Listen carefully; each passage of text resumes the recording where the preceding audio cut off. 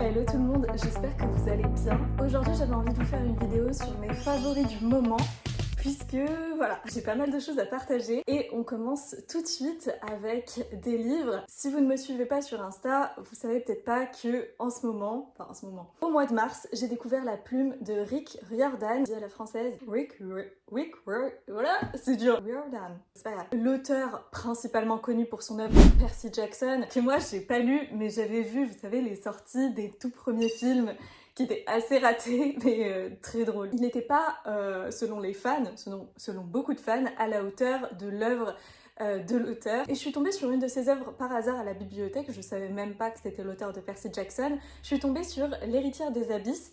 Et ce livre, je sais pas, il m'a tout de suite parlé, je me suis dit pourquoi pas. Le résumé m'avait parlé et aussi à l'intérieur, avant le texte principal, on avait une note d'une amie de l'auteur, je suppose, et qui vendait quand même très bien l'histoire. Et ça donnait vraiment envie, donc je me suis dit, vas-y, je le prends. Au pire, je le commence, je le termine pas, on s'en fiche. Hop, donc j'emprunte, je commence à lire, et là je m'arrête pas. La plume de l'auteur, elle est très agréable à lire, et les personnages sont très attachants dès le départ. On sent qu'il y a une pointe d'humour et ça m'a tout de suite rappelé l'œuvre Magnus Chase de l'auteur, on y reviendra. L'humour de l'auteur m'a embarqué et j'ai eu beaucoup de mal à lâcher ce livre. Ça a été un de mes coups de cœur de mars. Et après ça, je me suis demandé quoi lire. Alors je suis partie rendre directement le livre à la bibliothèque. Et en allant dans les rayons de moi-même, je me suis retrouvée dans le rayonnage de Rick Riordan. Donc on avait les Percy Jackson, on avait les héros de l'Olympe, si je me trompe pas, et on avait aussi Magnus Chase. Alors quand je l'ai vu, au départ on s'est regardé, je suis repartie, et au final je suis revenue pour aller prendre le premier volume. Parce que Magnus Chase, c'est un tome qui m'avait tapé dans l'œil à sa sortie. Je me rappelle, en fait je devais avoir à peu près le même âge que le personnage principal, qui a 16 ans dans le récit. Et je me souviens, j'ai vraiment ce souvenir on était à la librairie, j'étais avec ma tante, ma mère, mes cousines, bref. Et on regardait les livres et j'ouvre celui-là et dès les premières pages, je me sens happée. Je sens que c'est drôle, c'est frais, il y a de l'humour et ça, tout de suite, ça a pris parce que c'est la première personne. Donc c'est Magnus qui nous conte son histoire et je voulais pas repartir sans le livre. J'étais un peu ce livre a l'air bien, j'ai envie de me le procurer, j'ai envie de l'avoir et de le lire un jour. Et après ma mère m'a appelée, bref on est reparti. Et j'avais gardé ce livre dans mon esprit. Je me suis dit s'il y a une occasion qui se présente, je me le prends. Et au final quand je suis retournée en librairie, je sais pas, il y avait plus le même attrait pour le livre, donc voilà, le temps a passé. Et donc je me suis rappelé ça, et je me suis dit, ah mais c'est vrai que la première fois que j'avais lu les pages, ça m'avait vraiment plu. Et là j'ai apprécié un livre de l'auteur, donc et j'avais envie de retourner dans son univers parce que, en fait, L'héritière de l'abysse, c'est un one-shot. La fin est ouverte, donc à tout moment l'auteur pouvait se dire... C'est bon, j'ai envie d'écrire la suite parce qu'il y avait vraiment possibilité d'écrire une suite, mais ça s'est pas fait et ce sera pas le cas. J'ai regardé, voilà. Il y aura pas de suite, ou en tout cas rien n'est annoncé à ce jour. J'étais un peu sur ma faim. Je voulais continuer à être avec ces personnages, mais plus encore avec la plume de l'auteur. Donc je vous la fais courte, je suis en train de lire Magnus Chase, je me régale. Ce personnage a beaucoup d'humour. En même temps, on est un peu dans...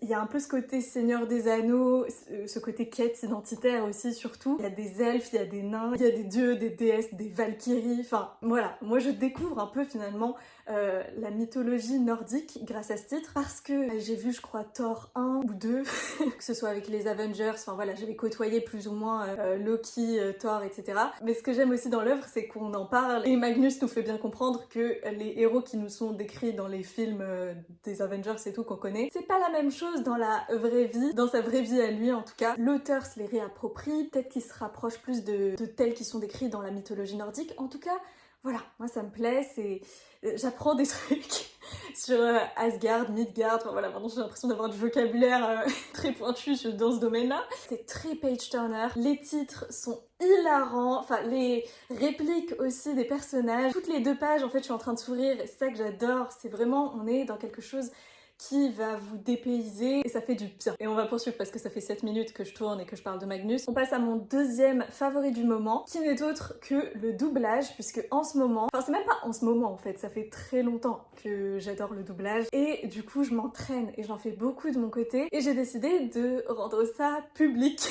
J'ai décidé de le partager sur les réseaux, notamment sur Instagram et TikTok. En fait, je me sers des deux. Le sous-titrage de TikTok est mieux, donc je sous-titre ma vidéo sur TikTok et ensuite ça part sur Insta. Enfin, voilà. Et je suis contente parce que, tu vois, c'est une manière aussi de montrer une autre facette de moi sur les réseaux. Et j'étais contente que ça plaise. Ils font partie en fait de mes réels les plus visionnés à ce jour. Je trouve ça trop cool parce que le doublage, ça me permet aussi de faire travailler mon jeu d'acteur et c'est juste génial. Désolée. Je veux dire, désolée que vous ayez vu ça. T'as pas fait exprès. Mais Stitch.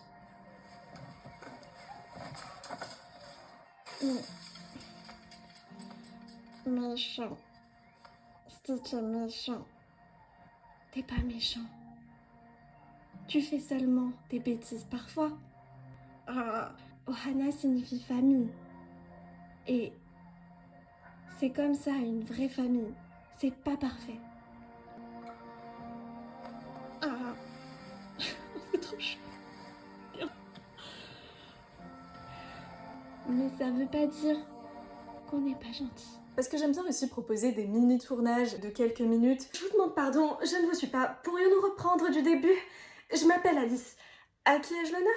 Je suis le valet de comte. Sur un livre en particulier ou autre, comme j'en fais de plus en plus en ce moment, voilà, ça fait partie de mes favoris. Et à côté des doublages, il y a aussi les challenges littéraires. J'adore les challenges. J'adore tout type de challenge, pas forcément littéraire, mais en tout cas, comme j'aime créer sur les réseaux, grâce à Canva, à Pinterest, etc., et ben avec les challenges littéraires, je m'éclate. Je parle de lectures que j'ai adorées, qui m'ont marqué, et en même temps, ça me permet de faire parler ma créativité. Voilà.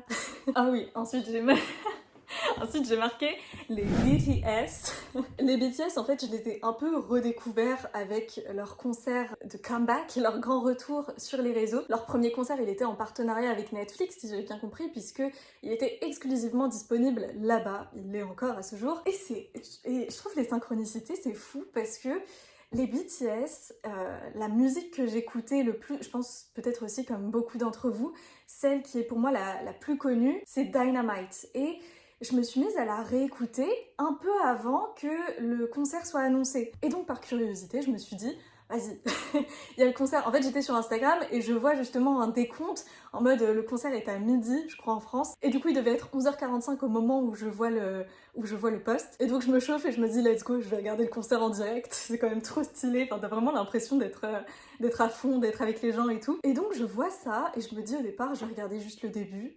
Voilà, on sait comment ça s'est terminé. À la fin, justement, il y avait la musique Dynamite et je m'étais dit, vas-y, je regarde au moins jusqu'à la musique Dynamite. Et c'était bien, franchement, j'ai beaucoup aimé. Donc je pense, vous l'aurez compris, je suis pas membre de l'army des BTS.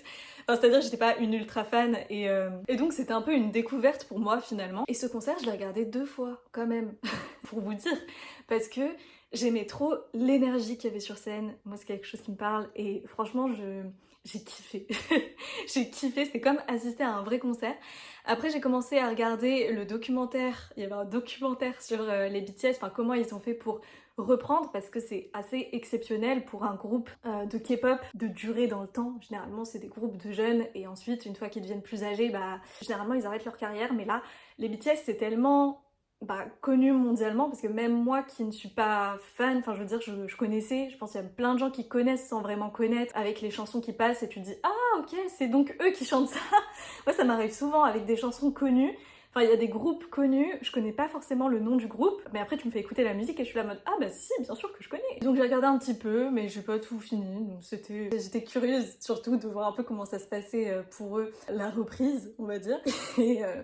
Et surtout aussi, je savais que un de mes chanteurs préférés, donc Ryan Tedder du groupe One Republic, a participé comme souvent. Ce mec est un GOAT dans l'univers musical et il a participé à la composition d'une des musiques, je sais même plus laquelle. Donc voilà pour ça, et on poursuit avec une petite reco comme ça, très cosy, que j'ai regardée hier soir. C'est la dernière vidéo de Is Snowing, qui est une youtubeuse qui propose des contenus hyper cocooning. Genre vraiment, je pense qu'il y a difficilement plus cocooning que ça. Elle t'enveloppe dans sa bulle de douceur et dans sa dernière vidéo, juste elle fait de l'aquarelle. Et ça me détend, franchement, c'est comme regarder un Ghibli. Je trouve que c'est un peu les mêmes sensations de douceur, de réconfort. Et sa dernière vidéo s'appelle Live a Life You Adore et tiré d'une musique qu'elle m'a fait découvrir du coup. Donc voilà, je partage. Ensuite, autre sujet, début mars, on a eu la sortie de la saison 2 de One Piece live action. Et j'avais trop hâte de la regarder, mais avant ça, je me suis refait la saison 1 en zappant les petites longueurs, n'est-ce pas? Et donc là, à ce jour, j'ai pas encore vu la saison 2, mais ça va être dans mon mois d'avril, ça va accompagner. Je suis trop contente parce que c'est mon mois d'anniversaire aussi. Et j'ai hâte parce que j'ai pas vu beaucoup de retours et je voulais pas en voir de toute façon. J'aime bien me faire mon propre avis parce que autant One Piece j'ai pas tout regardé, mais jusqu'à la saison 2 je suis à jour. Normalement y a pas de souci. Jusqu'à l'arc Alabasta je suis tranquille et je pense qu'il va y avoir Vivi, qu'elle va apparaître dans la saison 2. C'est une de mes persos préf. Je m'auto-censure parce que je crois que c'est un peu du spoil ce que je dis. Bref, ensuite en favori du moment, comment ne pas mentionner l'émission de télé Dals, Danse avec les stars, que je suis assidûment, voilà, depuis 3 ans je crois, ouais ça fait longtemps, purée. Et l'émission a fêté ses 15 ans la semaine dernière. J'adore le jury, les concurrents aussi qui sont, mais enfin, en fait les gens sont hyper inspirants parce que c'est beaucoup de dépassement de soi la danse, on n'a pas l'impression mais si. C'est beau à voir, c'est inspirant. Il y a même eu Loïc Notet et Denitsa Ikonomova qui ont redansé ensemble et c'était magnifique. Semaine dernière du coup j'ai adoré notamment la danse de Samuel Bambi. Alors c'était très émouvant, l'émission de la semaine dernière était hyper émouvante et Mel Charlot notamment a pleuré pendant cette danse, enfin c'est très très beau, enfin voilà. J'adore ça. J'adore la danse en général aussi, donc ça s'explique. Et puis je conclurai, si mon téléphone veut me laisser conclure, avec une autre vidéaste qui m'inspire beaucoup aussi, de par son parcours et puis même ses vidéos, je vous conseille d'aller voir si vous ne la connaissez pas. C'est Just Elena, qui a tout récemment sorti une vidéo sur Zendaya, où en fait elle nous raconte un peu son histoire et qui nous explique un peu comment elle a fait pour se hisser parmi les plus grandes stars hollywoodiennes, sachant que à la base Zendaya c'est un peu beaucoup une enfant Disney, c'est-à-dire qu'elle a commencé sur les plateaux de Disney Channel, et d'ailleurs moi Zendaya je la connaissais de Disney Channel puisque j'ai grandi avec cette émission presque, où elle jouait dans Shake It Up, qui passait qui passait à la télé, que je regardais en primaire au collège. Donc pour moi Zendaya ça a toujours été ça a toujours été Rocky Blue de Shake It Up avec sa costard Sissi, et après elle a aussi joué dans Agent Casey, que pareil, là c'était un peu ma fin de Disney Channel, mais j'ai des souvenirs en train de regarder Casey, donc bien sûr que je la connaissais aussi de là, mais ça part de Shake It Up. Et Just Elena dans sa vidéo vraiment elle t'explique un peu son chemin, avec quelle agence elle était, comment elle a calculé un peu sa trajectoire pour devenir la star qu'elle est aujourd'hui, et c'est hyper intéressant. La vidéo est très sympa et Just Elena en général, son contenu est très diversifié. Elle va autant parler de sujets politiques que de sujets climatiques, que de sujets sur les séries, les films. Il y a plein de choses. Et aussi, notamment, moi je l'ai connue, alors bon je sais pas si je l'ai connue avec ça, mais en tout cas je la suivais beaucoup quand elle sortait des vidéos par rapport à ses propres aventures. Elle est partie en Australie, elle a eu plein de voyages, plein d'aventures, et elle en tire toujours quelque chose qui moi m'inspire beaucoup. Et on va conclure ses favoris avec un autre vidéaste décidément. Et écoutez, il faut s'entourer de personnes inspirantes et j'adore découvrir les histoires de personnes. Pour moi, enfin, il n'y a pas besoin d'être quelqu'un pour être inspirant. Mais bref, et donc je vous conseille les vidéos de Samurai Matcha, qui se considère qui est d'ailleurs un minimaliste, donc une personne qui finalement se débarrasse du superflu dans sa vie. Ça lui permet d'être mieux dans sa vie, et donc il partage ses habitudes. Et j'adore ces vidéos, je les trouve géniales parce que je trouve qu'il nous partage il y a plein de choses incroyables à prendre, à sélectionner dans ce qu'il nous dit. Et maintenant je pense à lui quand je fais du rangement. Je me dis je me pose des questions qui se posent lui-même et ça m'aide de fou à faire des rangements. Genre par exemple, est-ce que l'objet en question dont vous hésitez à vous débarrasser, fait ressentir de la joie? Est-ce que vous ressentez de la joie avec cet objet? Si c'est non, ça part. Si c'est oui, on garde. Il y a plein de conseils, pas forcément liés justement au mobilier et au rangement, etc. Mais aussi vraiment à l'épanouissement de soi en général. C'est-à-dire que il parlait d'un livre qui s'appelle le Hell Yeah or No. Lui, il explique que c'est une personne qui dit oui très facilement à beaucoup de choses et que justement en lisant ce livre, ça lui a permis de se dire que en fait, si on te propose quelque chose et que pour toi c'est pas oh j'ai trop envie de le faire, genre ça me tente trop, et si tu sens un blocage, n'y va pas en fait, ne te pose pas de questions. Enfin voilà, j'ai pas lu ce livre donc je pourrais pas vous en dire davantage, mais ça me tente de le lire du coup. Je pense que je vais conclure là-dessus. J'espère que cette vidéo vous aura plu et moi je vous dis à bientôt pour de prochaines vidéos. Passez un excellent mois d'avril, prenez soin de vous, bye.